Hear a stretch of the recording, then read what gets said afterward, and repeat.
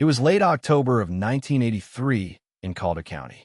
The air held the sharp, clean scent of decaying leaves and the promise of a hard frost. At the county courthouse, on the bottom floor where auctions for tax-delinquent properties were held, Alara Vance sat on a hard wooden bench. She was 71 years old, a woman whose face was a map of the seasons she had worked under. Her hands, resting on her canvas work pants, were gnarled by arthritis but still carried a quiet strength. The auctioneer, a man named Henderson with a voice too loud for the small, stuffy room, was moving through the less desirable parcels. These were the leftovers, the odd-shaped lots, and the forgotten slivers of land that no one had paid taxes on for years. The room was mostly empty, save for a few local speculators and Garrett Sterling, who was there on behalf of his family's development corporation. Garrett Sterling was 35. He wore a crisp flannel shirt that had never seen a day of real labor, new leather boots, and an expression of confident boredom. His family had recently purchased the old McClellan farm, a prime piece of 600 acres with rolling hills and fertile soil. Attached to that deed, like a diseased limb, was a 40-acre parcel known locally as the Sutton Mire. It was this piece that was up for auction. "All right, next up, Parcel 7B, Henderson announced, his voice echoing slightly. 40 acres, more or less, known as the Sutton Mire. Minimum bid, back taxes owed, comes to $400. A low chuckle went through the room. The Sutton Mire was a joke. It was a perpetual swamp, a breeding ground for mosquitoes in the summer and a frozen, impassable bog in the winter. For generations, it had been considered utterly useless. You couldn't farm it, you couldn't build on it, and you couldn't even reliably hunt on it unless you wanted to lose a boot in the muck. The McClellan family had tried to drain it twice in the last 50 years, once with tiling in the 30s and again with a ditching machine in the 60s. Both attempts had failed spectacularly, the tiles sinking into the peat and the ditch filling with silt and cattails within a few years. Garrett Sterling leaned back in his chair, a smirk playing on his lips. His company had legally severed the mire from the main farm property specifically to offload it. Their hydrologists and surveyors had spent a week on the property. Their report was concise. The mire sat in a natural clay basin with no viable outflow. The cost to remediate it, they projected, would be in the high six figures, involving extensive earth-moving and pumping stations. It was, in the language of their report, an economic non-starter. Selling it for back taxes was just a formality to clear it from their books. $400, do I hear 400? Henderson asked, sounding tired. He expected to declare it unsold and have it revert to the county's portfolio of useless lands. 400, a quiet voice said. Henderson squinted. Garrett Sterling turned his head, his smirk fading into curiosity. The voice belonged to Alara Vance. She hadn't moved. Her expression was calm, her gaze fixed on the auctioneer. A man from the feed store, Bill Hemmings, coughed to hide a laugh. Everyone knew Alara. She lived in the old Vance farmhouse on the other side of the county, farming a small, well-tended plot that had been in her family for a century. She was known for being quiet, self-reliant, and for using equipment that was 40 years old. She was respected, but also seen as a relic, a holdover from a bygone era. $400 from Mrs. Vance, Henderson confirmed, his surprise evident. He looked around the room. Do I hear 450? Silence. Garrett Sterling simply shook his head, a look of amused pity on his face. He saw it as a foolish, sentimental purchase by an old woman who didn't understand the realities of modern land management. He imagined she thought she could turn it into a pasture with some simple ditch work, a mistake many had made before her. Sold, Henderson said, banging his gavel with a final, flat crack. To Alara Vance, for $400. Alara stood up slowly, her joints complaining quietly. She walked to the clerk's desk, took out a worn leather billfold, and counted out $20 bills. She signed the papers with a steady hand. She did not look at Garrett Sterling or anyone else. She folded her copy of the deed, placed it in her coat pocket, and walked out of the courthouse into the cold October air. The news traveled quickly in a place like Calder County. By noon, The men gathered for coffee at the Feed and Seed were talking about it. Heard Alara Vance bought the Sutton Meyer, Bill Hemmings said, stirring his coffee. $400. Might as well have thrown it in a fire. What in the world is she going to do with it? Another man asked. Raise cattails. Her father, Elias, was the same way. An older farmer named Carter added, looking out the window. Always saw things in a piece of land nobody else did. Sometimes he was right.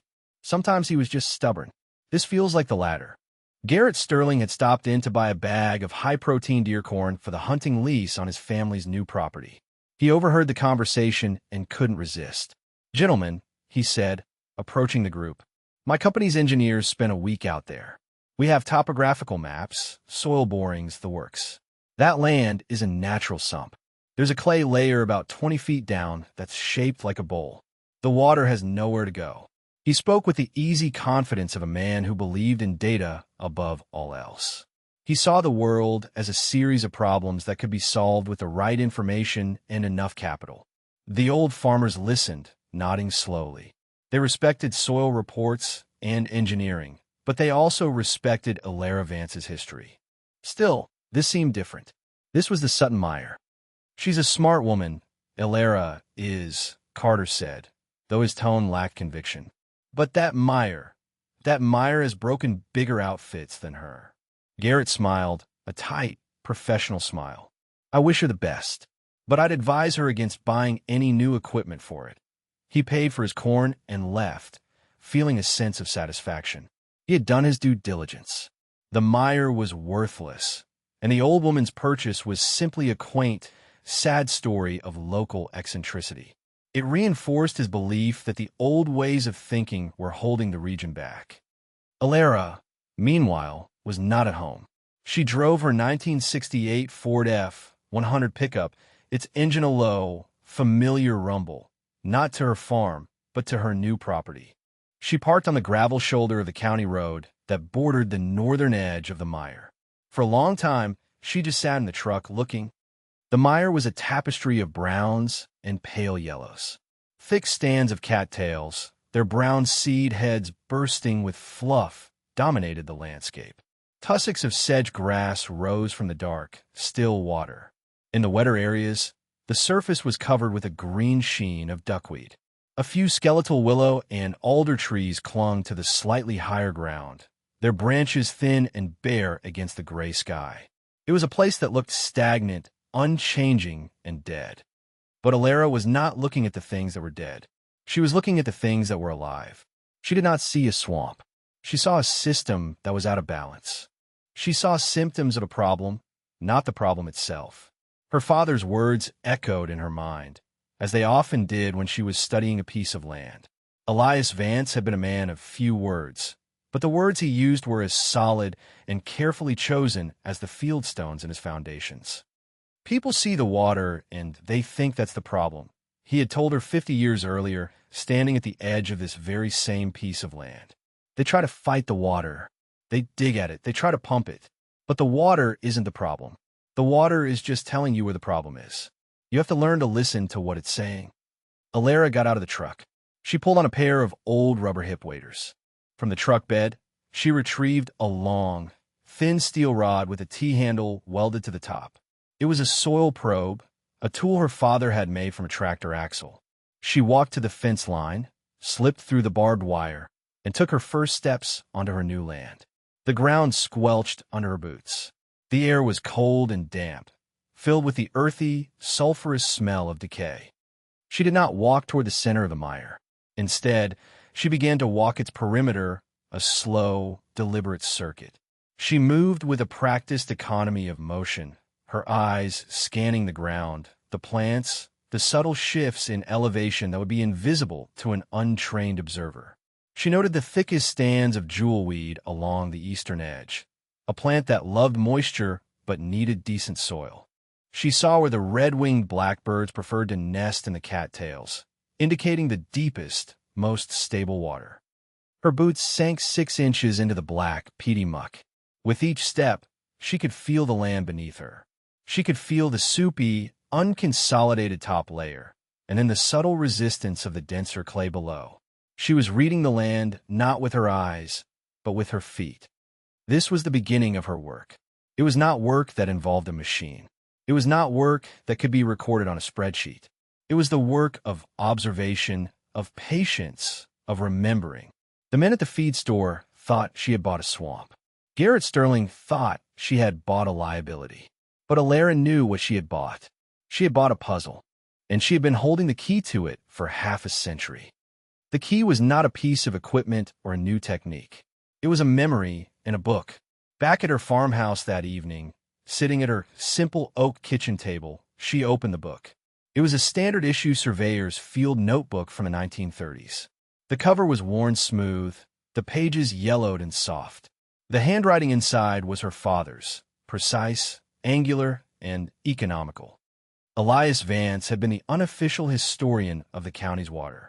He had a deep, almost mystical understanding of how it moved, both on the surface and underground. He believed that water had a memory, that it always sought its ancient paths. For years, he had walked the county, mapping the old creeks and springs, many of which had vanished after decades of farming and road construction. Alara turned to a page dated May 1938 at the top. In her father's neat script, it read, Sutton Place, North Drainage. The page was dominated by a hand-drawn map. It was not a modern topographical map, but a different kind of map. It showed the locations of certain types of trees, sycamores, which loved creek sides, and patches of plants like skunk cabbage, which indicated groundwater seeps. It was a map of living things. And on that map, there was a thin, wavering blue line drawn in faded ink. It started at the northern edge of what was now the Sutton Mire and ran straight east for nearly half a mile, ending at Briar Creek. Beside the line, her father had written a note, Old Feeder Creek, dry since the new county road went in 34. They packed the bed with fieldstone and clay, built a dam, and didn't even know it. This was the core of her knowledge. The Sterling Corporation's hydrologists, with their laser transits and soil drills, had seen the mire as a self-contained basin. They had looked at the present state of the land and concluded it was natural. They had not looked at its history. Their data was accurate, but their conclusion was wrong. They saw a bowl with no drain. Elias Vance had seen a pipe that was clogged. Alara ran her finger over the faded blue line on the map. Her father had explained it to her when she was a girl. The county had built a new road on a raised bed to keep it out of the mud. To do so, they had cut through a small ridge and filled a shallow gully. That gully had been the mire's natural outlet. It was not a gushing river, just a small, slow-moving creek that for thousands of years had been enough to keep the 40 acres as a healthy wetland, not a stagnant bog. The road builders, in their hurry, had used the cheapest and most abundant fill material, the rocks and clay they had dug out of the ridge.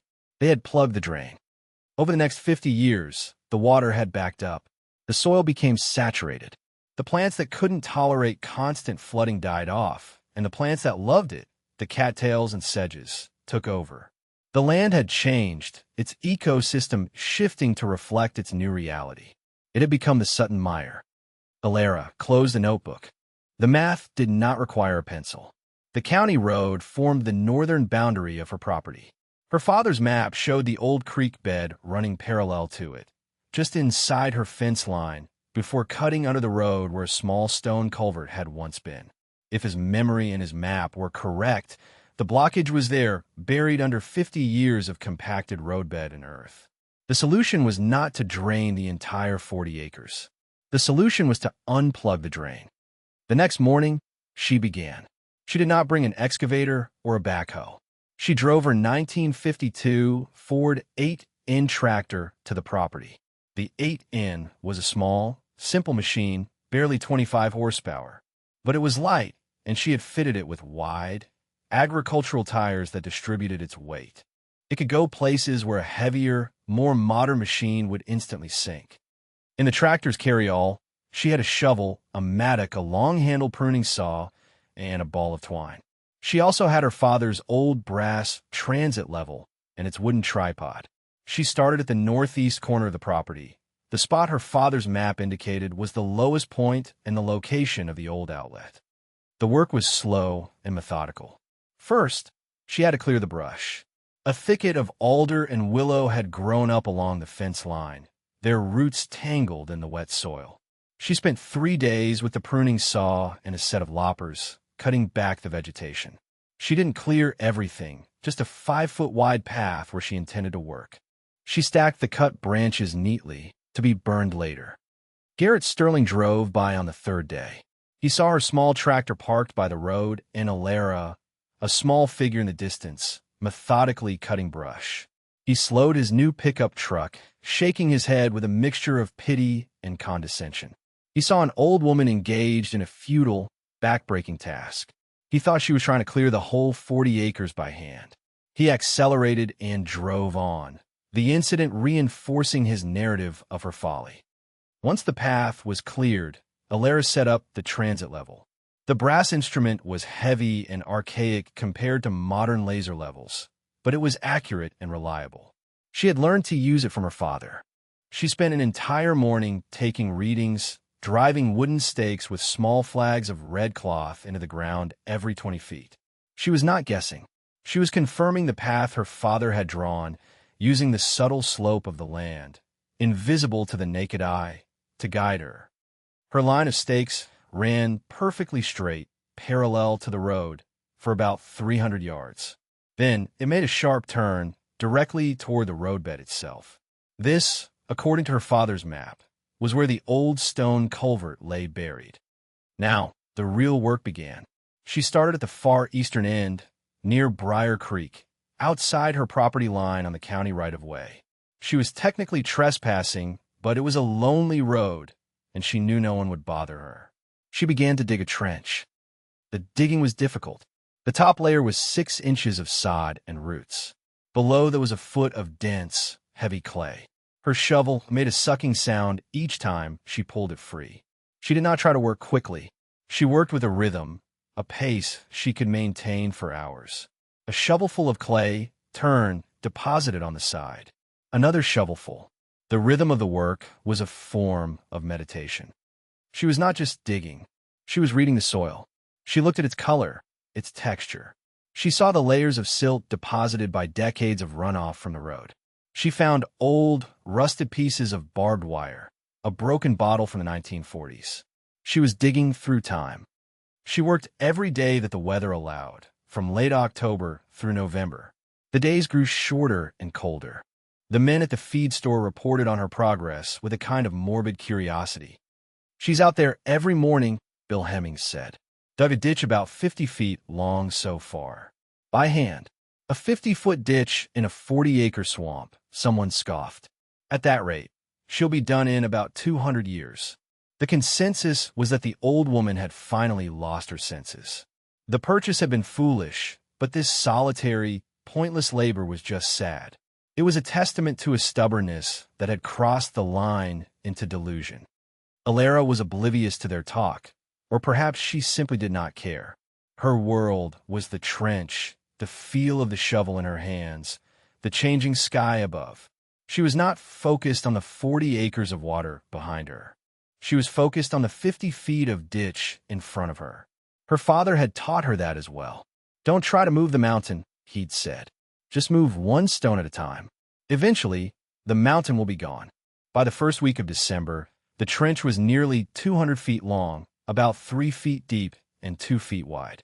The ground was beginning to freeze at night, and the work became harder. The clay was like stone in the mornings, and she had to use the mattock to break it up before she could shovel. She was working her way west, from Briar Creek back toward her property line. She was creating an empty path for the water to follow. She was building the outlet before she had even reached the source. This was another of her father's principles. Give the water a place to go before you ask it to move. One afternoon, a county sheriff's car pulled up. Deputy Miller, a young man not long out of the academy, got out. He had received a call from a concerned citizen, Garrett Sterling, as it turned out, who reported that an elderly woman was digging a large hole in the county right-of-way and might be in need of assistance. Miller approached Alara cautiously. She was standing in the trench, her face smudged with dirt, her breath misting in the cold air. "Mom? Alara? You all right out here?" he asked. Alara stopped her work and looked up at him. She leaned on her shovel. "I'm fine, David," she said. She had known him since he was a boy. "Some folks were a little worried about you," he said, gesturing vaguely. "Digging this big ditch all by yourself." "It needs digging," she said simply. "Right. But, this is county property here. Technically, you're not supposed to be digging it up." He sounded apologetic. Alara looked at him, her gaze steady. "There's an old culvert under that roadbed," she said, pointing with her chin toward the spot her survey stakes indicated. "It's blocked. I'm opening it up." The deputy looked at the road, then back at her. He saw no sign of a culvert. "Ma'am, the County Road Commission has maps of all the drainage. There's no culvert listed on this stretch." "The maps are wrong," she said, her voice flat, without any hint of argument. It was a statement of fact. This one was put in before the county kept good records.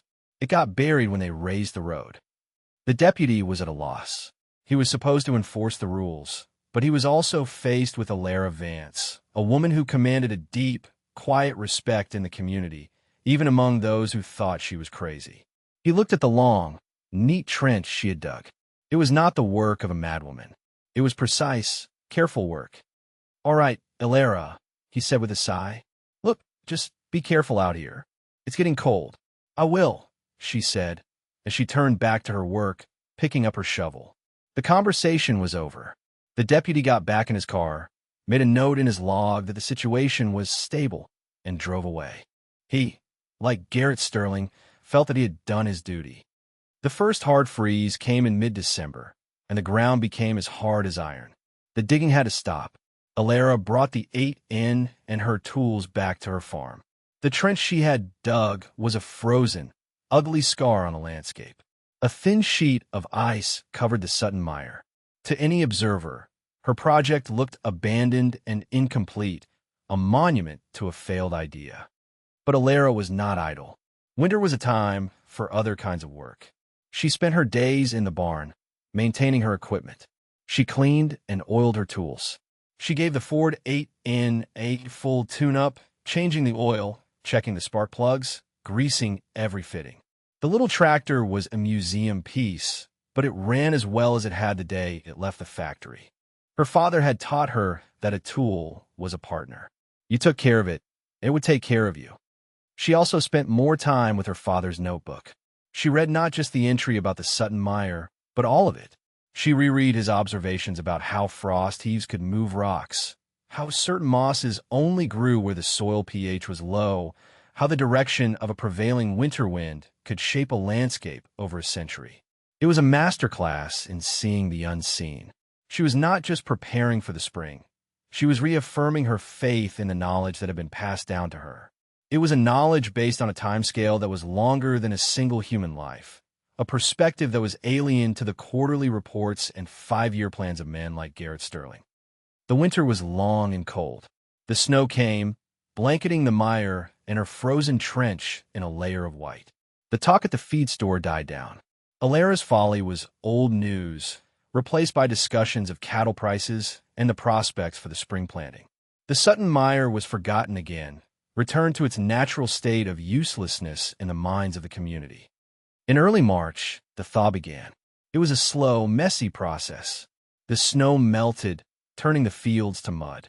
The ice on the mire cracked and groaned, the dark water showing through. The days grew longer, and the sun held a little more warmth each afternoon. As soon as the ground was soft enough to take a shovel, Alara was back. She loaded her tools and drove the 8N back to the mire. Her trench had partially caved in over the winter, and she spent the first week cleaning it out, reestablishing its clean, sharp edges. The work was wet and cold. The clay was a thick, sticky gumbo that clung to her boots and her shovel. But she worked with the same steady, unhurried pace. By the third week of March, she had extended the trench to her own property line. Now, she began the most difficult part of the work. She had to dig parallel to the road, along the path her survey stakes had marked out. Here, the ground was even more saturated. It was less like digging a trench and more like excavating a waterway. For every shovelful of muck she removed, water seemed to seep in to take its place. This was where her father's wisdom about starting at the outlet became critical. The 200 feet of trench she had already dug acted as a drain for the section she was now working on. The water that filled her new ditch did not just sit there. It began to move slowly, almost imperceptibly, eastward toward Briar Creek. She was not fighting the water. She was coaxing it, giving it the path it had been seeking for 50 years.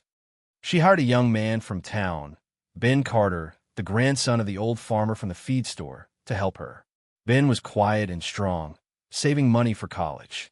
He didn't ask questions. He just did the work he was asked to do, but he watched Alara. He saw how she used leverage instead of brute force, how she read the soil, how she never wasted emotion. He had grown up hearing the stories about her being eccentric. Working beside her, he began to see something else, a deep and formidable competence. Together, they worked their way along the fence line. They dug another 300 feet, connecting Alara's new ditch to the spot where her stakes pointed toward the road. Now, they had a long, L-shaped trench. The long arm ran along the edge of the mire, and the short arm ran out to Briar Creek. A thin trickle of dark, tannin-stained water was now flowing steadily through it. It wasn't much, but it was a start. Now came the final part of the puzzle, the blocked culvert. She and Ben began to dig into the base of the roadbed. This was the hardest digging yet. It was not soil. It was 50 years of compacted gravel, clay, and fieldstone, packed down by weather and the weight of passing cars. They used a pickaxe to break the material loose and shoveled the debris out of the way. After 2 days of this punishing work, Ben's shovel struck something that was not a rock. It made a flat, scraping sound. "Mrs. Vance," he said, breathing heavily. "I think I hit something." Alara came over and looked into the 5-foot-deep pit they had dug. She knelt down and scraped away the mud and gravel with her hand. Her fingers found the cold, flat surface of a large, cut stone. It was a capstone. "That's it," she said, her voice calm, but with a deep undercurrent of satisfaction. "That's the top of it." They spent the rest of the day carefully excavating around the capstone. By late afternoon, they had uncovered the opening of a small, expertly crafted stone culvert. It was about 2 feet wide and 3 feet high, built from flat fieldstones without any mortar. It was completely plugged with a dense mass of silt, roots, and rocks. Garrett Sterling happened to be driving by again. He was on his way to inspect the spring planting on the main part of the old McClellan farm. He saw the little 8-in tractor, Alara's old truck, and the pile of fresh dirt by the side of the road. His curiosity got the better of him. He pulled over and got out. He walked over to the edge of the excavation and looked down. He saw Alara and the young man, both covered in mud, standing beside a hole in the side of the roadbed. He saw the trickle of water running in the new ditch. He still didn't understand what he was looking at. "Mrs. Vance," he said, his tone more inquisitive than condescending this time. "What have you got here?" Alara looked up at him. She did not smile. She simply stated the fact. "The drain," she said. Garrett frowned. "Our survey showed no drainage culverts on this road. We checked the county plans." "The plans are 50 years old," Alara replied, turning back to her work. "And they were wrong then, too." Garrett stood there for a few minutes, watching them work. He saw the stone structure, the water in the ditch. A seed of doubt began to sprout in his mind. The certainty of his spreadsheets and hydrology reports felt, for the first time, less absolute. He got back in his truck and drove away, a thoughtful expression on his face. It took another 2 days for Alara and Ben to clear the culvert. It was clogged for its entire 30-foot length under the road. They used long-handled rakes, shovels, and a powerful jet of water from a pump hooked up to their ditch to break up the blockage. Finally, on a cool Wednesday afternoon in early April, the last of the debris washed out. There was no dramatic gush of water. At first, nothing seemed to happen. Then, a thick black sludge began to ooze from the culvert's mouth. It was followed by a surge of dark, stagnant water that smelled of 50 years of decay. The water poured into their new ditch and began its long-delayed journey to Briar Creek. Alara and Ben stood back, watching. The flow was steady, about the volume of a fire hose. Alara walked back to the edge of the mire, and looked out across the 40 acres. She knew the change would not be immediate. It would take time, but she had done her part. She had given the water back its memory. She paid Ben for his work. He took the money, but then he hesitated. "Mrs. Vance," he said. "My granddad. He said your father knew more about this land than anyone. He said he could read it like a book." "He could," Alara said. "I'd like to learn some of that, if you'd be willing to teach me." Alara looked at the young man. She saw in his eyes a genuine curiosity, a respect for the knowledge he had just seen in action. She saw the future. "The work isn't done," she said. "There's more to do once the land dries out a bit. You can come back then." She had not just unplugged a drain. She had found a successor. The first signs of success were subtle. For the first week, the only noticeable change was the steady stream of water flowing out of the culvert and down the ditch to the creek. But Alara was watching the mire itself. She had placed a series of stakes, marked in inches, at various points in the swamp before she began her work. By the end of the second week of April, the stake in the deepest section, which had previously shown 30 inches of standing water, was now showing 26. A 4-inch drop. It was not a miracle, but it was proof. The system was working. The Great Bowl was draining, slowly but surely. The weather in April was dry, which helped. Day by day, the water level across the entire 40 acres continued to fall. By the 1st of May, the change was no longer subtle. It was dramatic. Large patches of black, muddy ground were now exposed, glistening in the sun. The tussocks of sedge grass, which had once seemed like islands, were now connected by solid earth. The mire was shrinking. The men at the feed store had seen the water flowing in Briar Creek, and the talk started again. This time, it was not of folly, but of wonder. "I'll be damned," Bill Hemmings said, shaking his head. "That ditch of hers is pouring water into the creek day and night. The water level in the mire is down 2 feet, maybe more." Old Man Carter, Ben's grandfather, sat at the table, a slow smile on his face. "Elias always said that land had a drain," he said quietly. Nobody listened to him, but Alara did. The respect in his voice was absolute. Garrett Sterling heard the talk. He had driven past the mire several times, each time seeing more land emerge from the water. His professional certainty had been shattered. His expensive reports were wrong. His surveyors were wrong. His hydrologists were wrong. An old woman with a 50-year-old tractor and a hand-drawn map had succeeded where modern science and capital had declared failure. He needed to see it up close. One Saturday morning, he drove to the mire. He parked his truck and, for the first time, he put on a pair of serious work boots. He slipped through the fence and walked out onto the newly exposed land. The ground was soft but solid. He could walk without sinking in places that would have swallowed him to his knees just a month before. He saw Alara out in the middle of the field near her little 8-inch tractor. She had a broadcast spreader attached to the back. He walked toward her. She heard him coming and stopped the tractor, turning off the engine. The sudden silence was filled with the sound of birdsong. "Mrs. Vance," he said, his voice humbled. He had rehearsed an apology, a professional admission of error. But looking at her, and at the transformed land around them, the words felt inadequate. "I was wrong," he said simply. Alara nodded. She accepted his admission without triumph. It was a fact, just like the location of the culvert. It did not require embellishment. "My engineers, our data, we concluded this was impossible," he said, gesturing to the drying land. "How did you know?" This was a question she had been waiting for. This was the moment that mattered more than the vindication.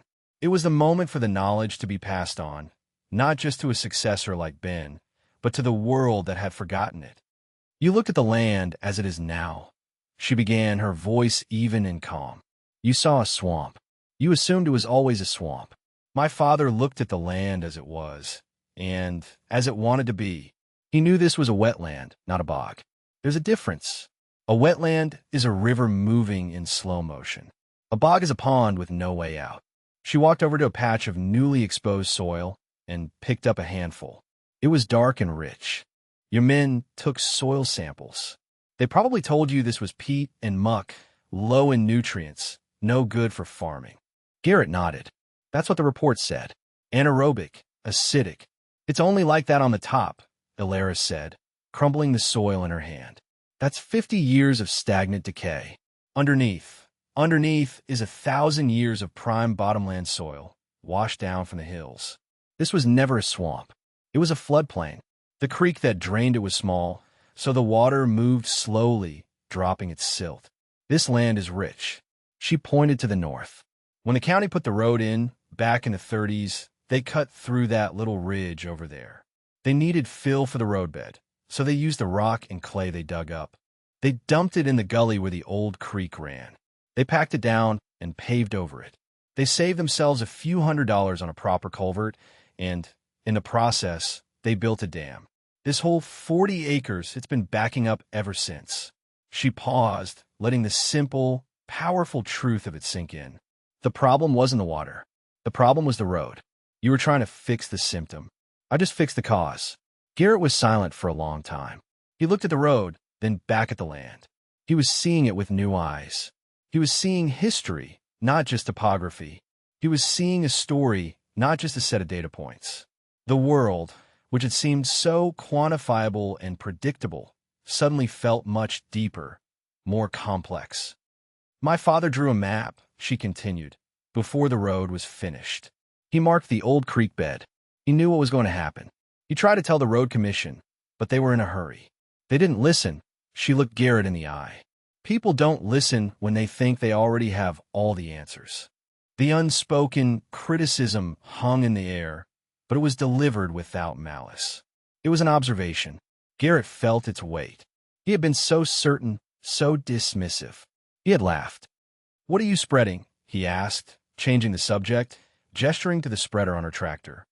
"Lime," she said. The stagnant water made the topsoil acidic. The lime will balance it out. And I'm seeding it with a mix of clover and ryegrass. It'll hold the soil in place and put some nitrogen back in. By next year, this will be the best pasture land in the county. The success was now quantifiable. 40 acres of useless bog, valued at $400, was being transformed into prime pasture. Land like that, once improved, sold for $2,000 an acre in Calder County. She had taken a $400 liability and, with her knowledge and labor, was turning it into an $80,000 asset. The return on investment was staggering, a number that would make any of Garrett Sterling's business professors weep. He understood this calculation instantly. But for the first time in his life, the financial aspect seemed secondary. The real value was in the knowledge she possessed, a knowledge that could not be bought, that was not taught in his university. "Mrs. Vance," he said, "the land my family bought, the old McClellan farm, it has a few low spots, wet spots that we have trouble with every spring. I'd be willing to pay you, as a consultant, to come and take a look at them." This was the true moment of reconciliation. It was more than an apology. It was an admission of superior knowledge and a request for help. It was the closing of a circle. The modern world, with all its power and technology, was asking the old world for its wisdom. Ilera considered his offer. "I'm busy here for now," she said. "But when this is done, I'll come and walk your land." She started the 8NS engine. The little tractor sputtered to life. "I won't charge you," she added over the engine's noise. "You just have to be willing to listen." Garrett Sterling nodded. He stood and watched as she drove away, the spreader fanning out a white cloud of lime behind her, a gesture of healing and restoration. He stayed there for almost an hour, walking the drying ground, his new boots covered in the rich, dark mud of the reclaimed land. By the end of the summer, the transformation was complete. The Sutton Mire was gone. In its place was a lush, green field of clover and rye. The cattails were gone. The sedges were gone. A small, clear stream, no more than 3 feet wide, meandered through the pasture along the path of the old creek bed before disappearing into the stone culvert under the road. It was the land's restored circulatory system, beating quietly once more. Ilera Vance had not just reclaimed 40 acres. She had restored a piece of the world to its proper state. The water from the pasture was now filtered by the grasses before it reached Briar Creek, running cleaner than it had in years. The bird life changed. The red-winged blackbirds were still there, But now they were joined by killdeer and meadowlarks, birds of the open field. The Sterling Corporation, at Garrett's insistence, undertook a comprehensive review of the historical drainage patterns on all their holdings. They hired a retired surveyor to dig through the old county archives, looking for pre-development maps. They discovered 2 other places where old farm roads had blocked natural springs, creating persistent wet spots in their fields. Following Alara's example, they excavated and installed proper culverts. The fix was simple, inexpensive, and permanent. Garrett sent Alara a letter, formally thanking her. In it, he included a detailed report of their findings, a gesture of a student showing his work to his teacher. The next spring, Alara let Ben Carter run his grandfather's small herd of beef cattle on her new pasture. The grass was thick and rich, and the cattle grew fat and healthy. Ben continued to work with her, learning to read the land, to understand its history and its language. He learned how to maintain the old 8N, how to use the transit level, how to tell the health of a field by the weeds that grew in it. One evening, he and Alara were sitting on the tailgate of her truck, looking out over the pasture as the sun set. The land was peaceful, productive, and beautiful. You know, Ben said, everyone in town thought you were crazy for buying this place. Alara watched a hawk circling in the evening sky. It's not crazy to see what's really there, she said. The ones who are crazy are the ones who look but don't see. She still had her father's notebook. It sat on the little desk in her farmhouse. It was more than a book of maps and observations now. It was a symbol. It represented a way of knowing the world that was patient, deep, and grounded in the real. It was a testament to the idea that the most valuable things are not new, but old. The tractor in her barn, the stone culvert under the road, the knowledge in her head, they were all durable, timeless things. The pasture became an accepted part of the local geography. New people who moved to the county saw only a fine piece of grazing land, bordered by a neat, well-kept ditch. They had no idea that it had once been an impassable swamp. The story of its transformation became a piece of local lore, a story the old-timers told at the feed store, a story about the quiet, stubborn woman who had listened to the land and brought it back to life. It was no longer remarkable. It was simply true. A few years later, when Alara felt her own time was shortening, she gave the notebook to Ben. He was finishing his degree in soil science at the state university. He had tried to tell his professors about what he had learned from her about reading the history of the land, but they were more interested in chemical analysis and satellite imagery. They saw his stories as folklore, not science. Ben took the book, his hands holding it with a reverence that Alara knew was genuine. He understood its value. This isn't just about the land, is it? He asked, looking up from the faded ink of Elias Vance's handwriting. No, Alara said.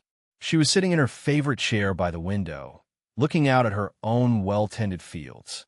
It's about remembering that the world is older than you are, and that some problems can't be solved by yelling at them or throwing money at them. Some problems you just have to listen to. You listen until you understand what they're trying to tell you. Then you help them. The knowledge had been passed on. The circle was complete. The quiet wisdom of Elias Vance, filtered through the patient hands of his daughter, was now safe with a new generation. It would not be lost. Some things don't become obsolete. They are not forgotten because they are wrong, but because the world becomes too loud to hear their truth. They just wait patiently under the roads and in the quiet fields for someone to remember why they were built and to come along and clear the path, letting the water and the wisdom flow once more.